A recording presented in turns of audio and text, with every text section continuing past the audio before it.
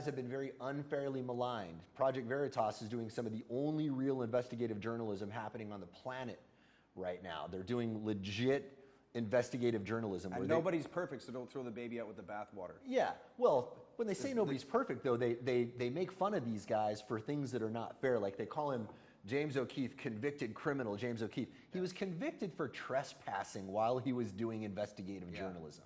That's what kind of convicted criminal he is. But when you see him on the mainstream news, that's how they introduce him. Right? And they say that they selectively edit the videos. Well, every editing is selective, by the way. And by the way, Project Veritas actually releases the raw footage of the stuff that they do. So I'm a big fan of what these guys are doing.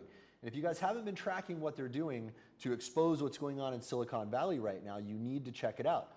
It's astonishing to me that what they revealed in the last couple days about Google is not headline news all over the world. For the last 2 years, we've had people breathlessly talking about this whole Russia narrative with relatively flimsy evidence, 2-year investigation, you know, with some of the best and brightest legal minds in the world investigating it. They can't find anything clear.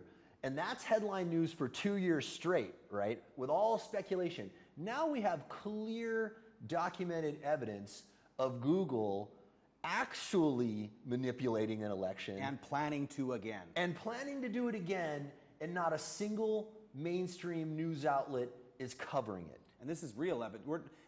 This is actual video. Yeah, this is actual video of the people who are in charge of these policies, actual source documents from Google leaked by insiders, right? Google's not denying it, but what does Google do? So the YouTube video that's like exposing all of this gets censored by YouTube, which is owned by Alphabet, the same company that owns Google, right? Yeah. So I mean, that should tell you something right there. Something is happening in the world right now, and it's not right. Yeah. And as a guy who used to work in the intelligence community, I will tell you right now, I have extreme suspicion about all of this being just incidental. Oh, it just so happens that all of these news outlets choose not to cover this huge story. How is that possible as a coincidence? I don't think it's coincidence. I think there's something more significant happening. Now, what is that? We should talk about that. I think we only have speculation, but it's a worthy topic of discussion. Yeah. And it's important to know that the information, most of the information you're getting right now, unless you're really digging, is just not the...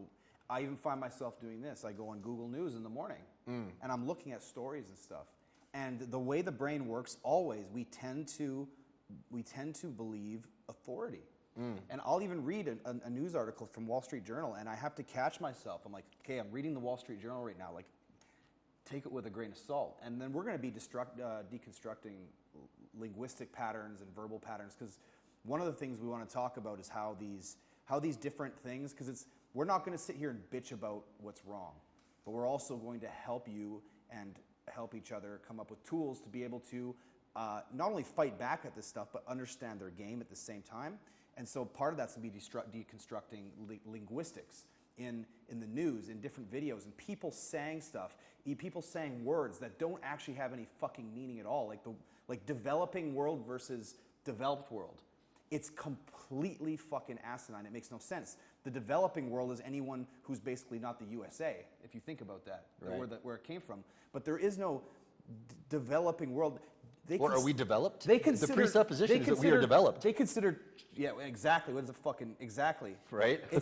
It's subtle, man. And because they consider, the American people and a lot of the civilized Western world, consider China to be a developing country.